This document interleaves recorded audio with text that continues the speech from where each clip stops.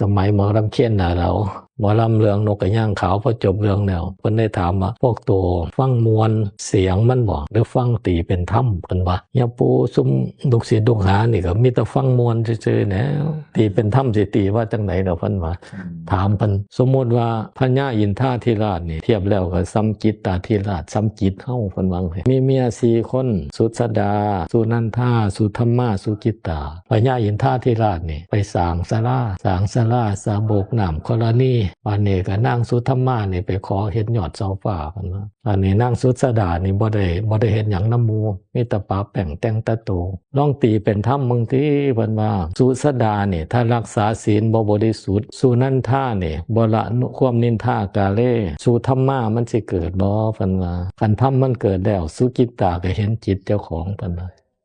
เพิ่นก็แปลมาเอาแบบปรมัตถ์เลยนี่เพิ่นว่าไปเฮ็ดเอาเด้อเพิ่นว่าจิตตาธิราชนี่มีหมู่32คนนี่เพิ่นว่านี่แหละเกษาผมโลมาคนนาคาเดบตันตาฟันตะโจนังมังสังเนื้อนี่หมู่32คนอยู่ในกฎนากายนี่เป็นเมืองนึงเด้เมืองกายนครหลวงปู่ผางเพิ่นว่าเมืองกายนครเหนือนครกายของเขา